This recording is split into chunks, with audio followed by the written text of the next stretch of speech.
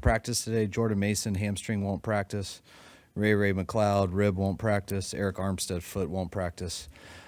Spencer Burford, knee, limited. Is Eric's foot injury something similar to what he dealt with last year? I'm not sure exactly. Yeah. I know it's his foot. I'm not sure how similar it is.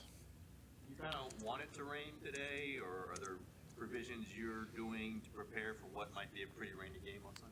No, I don't want it to rain today. And we'll deal with whatever happens Sunday, but I'd rather be dry out there today, and I don't want to take our team in the bubble, so we'll enjoy being outside today. I'm sure you've been asked about this, but the Cleveland game definitely seemed to be some slippery stuff for Brock. Do you think there's any changes you made there, any preparation there? No, I mean, a wet ball makes it harder on everybody. I think Brock, I've had some guys who really struggle in the rain. I've been through some situations with Brock, not just a game, but practice. But I think he's as good as any quarterback I've had in rain. He's dealt with it a lot at Iowa State.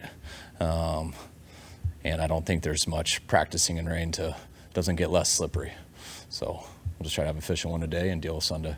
Do you ever make your quarterbacks practice with a wet ball and practice it? No. How do you? It's usually like that from how sweaty guys are, though, anyways.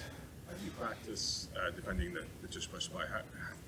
Obviously, you can't do the physical. We're going to do like 10 live reps of it today. And see if we have anybody left after it. No, you don't practice it. How do you prepare to deal with that? It's such a big part of their.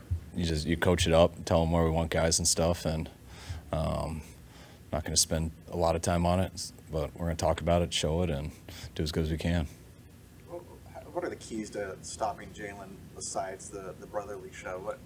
He does so much else. Yeah, you want to try to keep him out of those situations first and foremost. I know it's possible to stop, but I think it's pretty proven that it's extremely hard. So you try to keep him out of those situations, and they do such a good job of balancing everything out with the dropbacks, the play actions, the RPOs, the quarterback run game, the regular run game.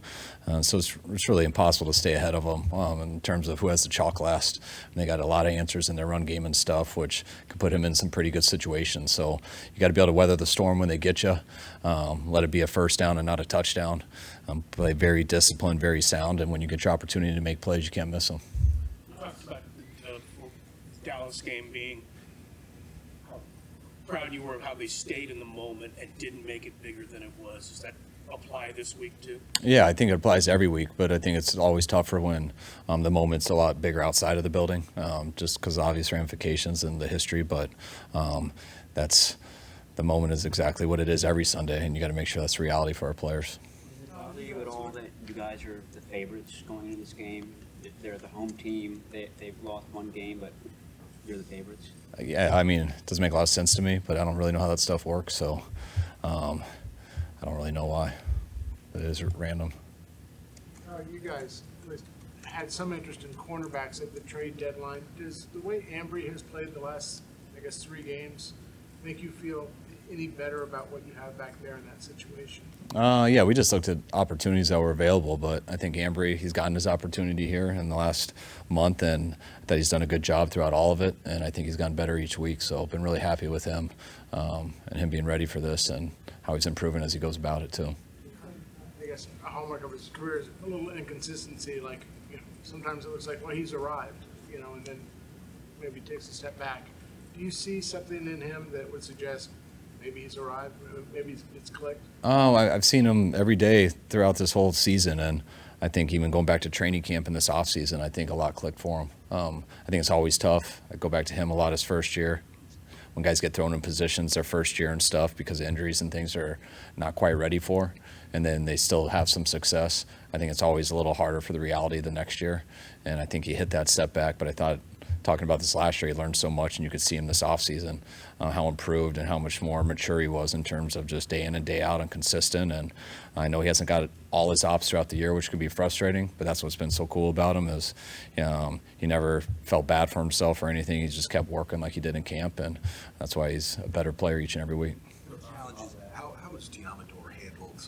Kind of bouncing back and forth a little bit, and then just the way he's kind of accepted that challenge. Yeah, I can't say enough about Demo. I mean, Demo's been so good on the outside, and when we ask him to go inside, he goes in there and plays the exact same way. Wherever Demo stays at, he always gets really good at it, and we need him in both areas, which puts a lot of stress on him, but I can't tell you how happy I've been with his style of play, and I know we've had to switch him for some key situations, but he keeps getting better and better at those spots. How does he handle that during the week in terms of like his reps inside and out there? Similar as everyone else's. I mean, you get half the plays at nickel as a starter, and our backup gets about half, and so it's probably like 4-2. So. What makes that such a difficult thing to do? Play outside on base downs and move inside. Just totally different positions. One's basically a linebacker, and the other one's a corner. And when I say that, I mean one's inside all the time, and the other one's usually outside. And there's just a lot of different combinations you can deal with. I mean, there's nothing different than a nickelback and a linebacker. If we take Juice, our fullback, and in the I formation, and we move him out to the slot, you'll watch Dre or Greenlaw go out with them. And that's exactly what a nickel is.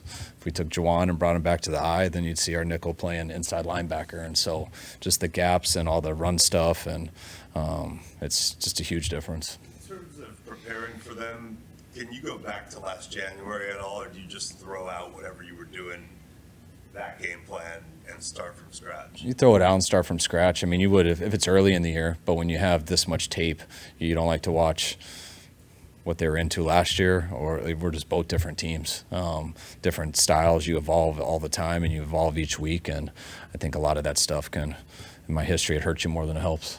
What challenges do A.J. Brown and Devontae Smith pose? Every challenge. I mean, they're both true number one receivers. They're both huge threats on the outside of the numbers in every route. They both can run a go route and a comeback. They both can run by you. They both can go up for it. And when they can do that vertically and drop their hips, that's tough on the outside. And they also can run slants and go over the middle. So they're two of the better receivers in this league.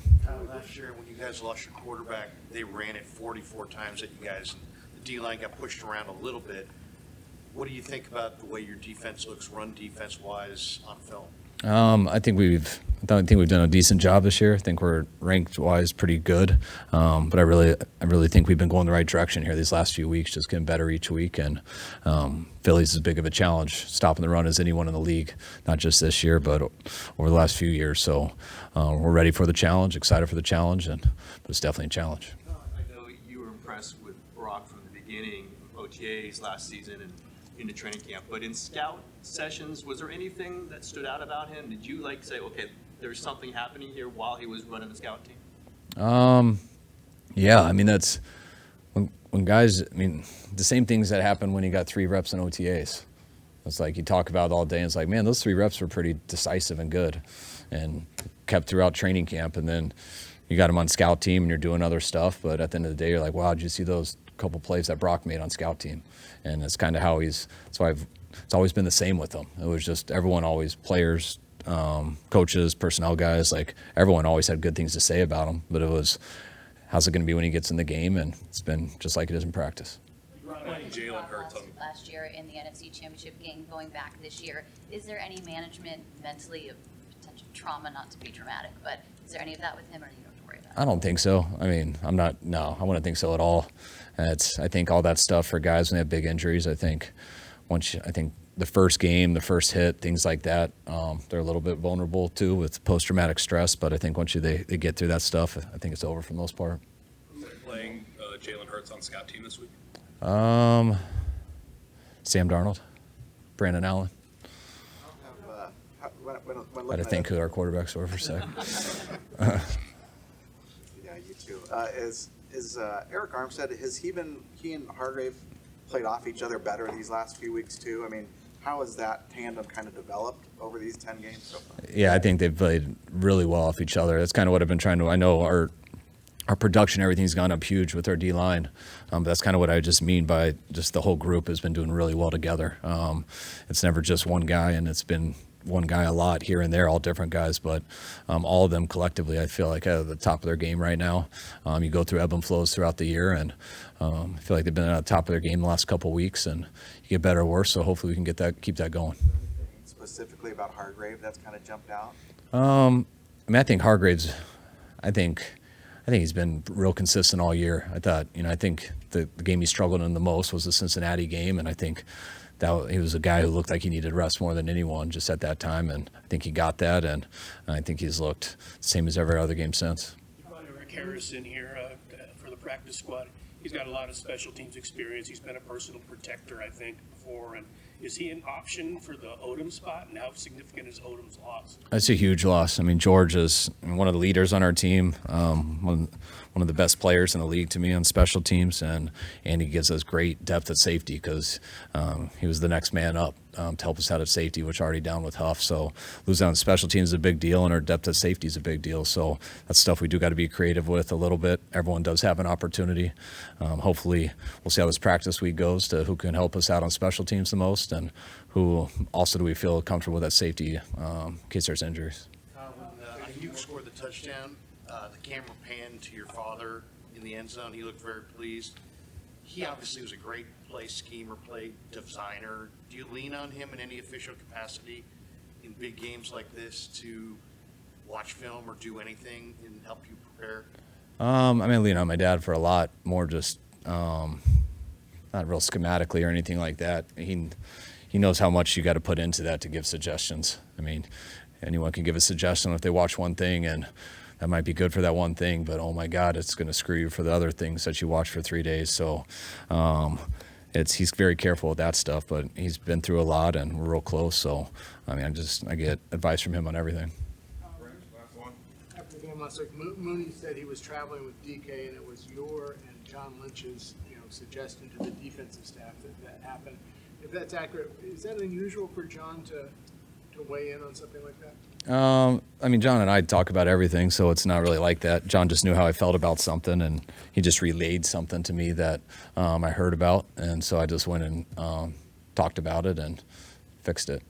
What did he relate to you? Just that he wasn't sure if we were doing it every time, and which I understood why, but I just wanted to talk about it, and I think it was overblown a little bit, but I had an opinion on how I wanted to start it out, and so I just shared that with some of the guys, and they agreed, and once Mooney was on board, it made it pretty easy.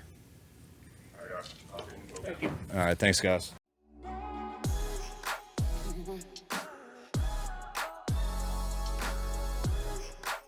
Mm-hmm.